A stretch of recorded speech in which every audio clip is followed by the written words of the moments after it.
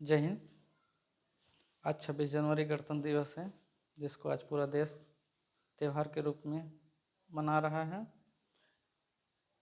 इसी खुशी में आज हम स्टूडेंट के लिए लेकर आए हैं फ्री एजुकेशन।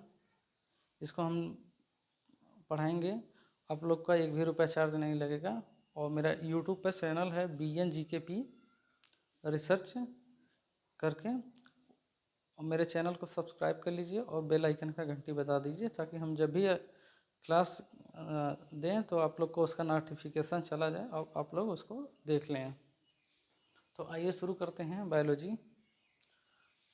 सजीवों का अध्ययन जीव विज्ञान कहलाता है, और जीव विज्ञान के जो है पिता जनक अरस्तु जी को माना जाता है। शुरू में जो है जीव विज्ञान में जीव जंतु को ही रखा गया था। उसके बाद जो है हमारे भारतीय वैज्ञानिक आए जगदीश चंद्र बोस। उन्होंने क्रेस्कोग्राफ नामक मशीन दूरबीन का आविष्कार किया, और उससे उन्होंने अध्ययन करके ये बताया कि ये जो पेड़ पौधे हैं ये भी सब जीवित हैं, ये भी मानव की तरह सांस लेते हैं, सांस छोड़ते हैं, और ये जीवित हैं। तो उसके बाद से जो है जीव विज्ञान 2 शाखाओं में बट गया। पहली जो शाखा है वो आपका जूलॉजी है, जिसके अंतर्गत हम जंतु विज्ञान पढ़ते हैं, और दूसरी जो शाखा है वो बॉटनी है, जिसको हम वनस्पति विज्ञान कहते हैं। वनस्पति विज्ञान के जो है जनक थियोफ्रास्टस को माना जाता है। तो अब इसका पहला जो है अध्याय शुरू होता है कोशिका से। कोशिका को सेल कहते हैं, इसका वैज्ञानिक नाम साइटो है, और कोशिका का जो अध्ययन किया जाता है उसको साइटोलॉजी कहते हैं।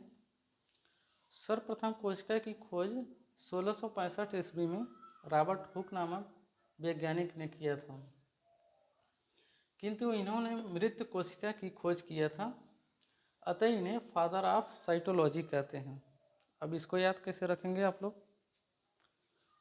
तो अब कोई भी छोटा चीज़ हुआ उठाने के लिए उसको देखिए, जो डॉक्टर लोग होते हैं वो कोई भी टिश्यू पकड़ना होता है तो हुक का प्रयोग करते हैं।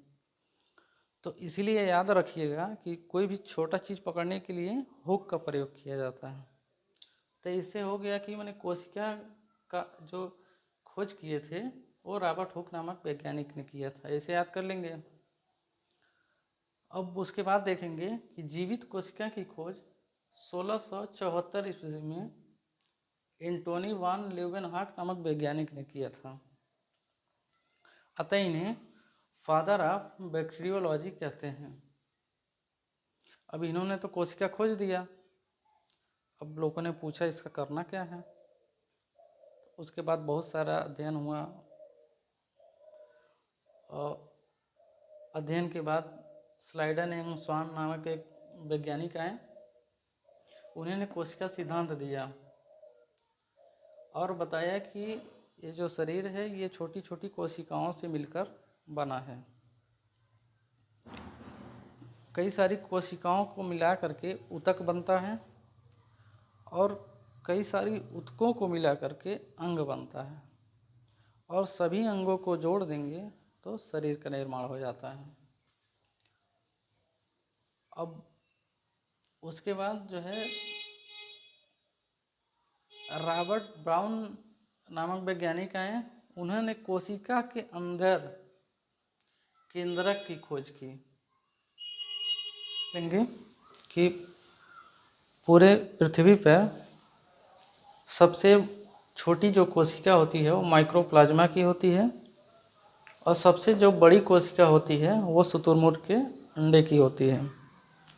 अभी इस प्रकार हम मानव में देख लेंगे, तो मानव में जो सबसे बड़ी कोशिका होती है वो फीमेल औरतों में पाया जाता है। ओवम, ओवरी के अंदर होता है ओवम, वो सबसे बड़ी कोशिका होती है। वो मेंस्ट्रुअल साइकिल के बाद से शुरू होता है, और अगले मेंस्ट्रुअल साइकिल तक वो बॉडी से डिस्चार्ज हो जाता है। और पुरुषों में देखेंगे तो सबसे छोटी जो है कोशिका स्पर्म होती है। अब छोटी बड़ी तो हो गई, अब उसके बाद हम देख लेंगे कि मानव में सबसे लंबी कोशिका कौन सी है।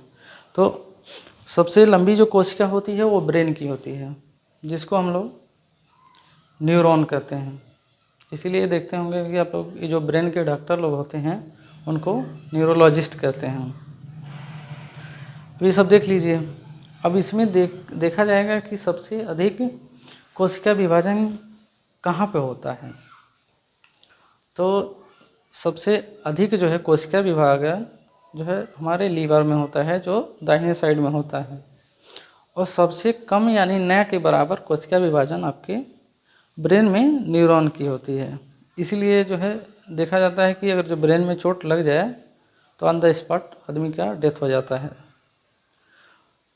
तो ब्रेन में कोशिका विभाजन नहीं होता है। इसीलिए आप लोग को देखे होंगे कि पुलिस प्रशासन आप लोग को हेलमेट के लिए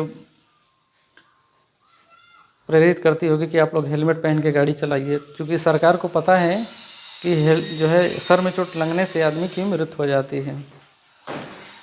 इसके आगे हम लोग पढ़ेंगे कोशिका की संरचना, तो उसको हम लोग पढ़ेंगे और इसका आप लोग स्क्रीनशॉट ले लीजिए।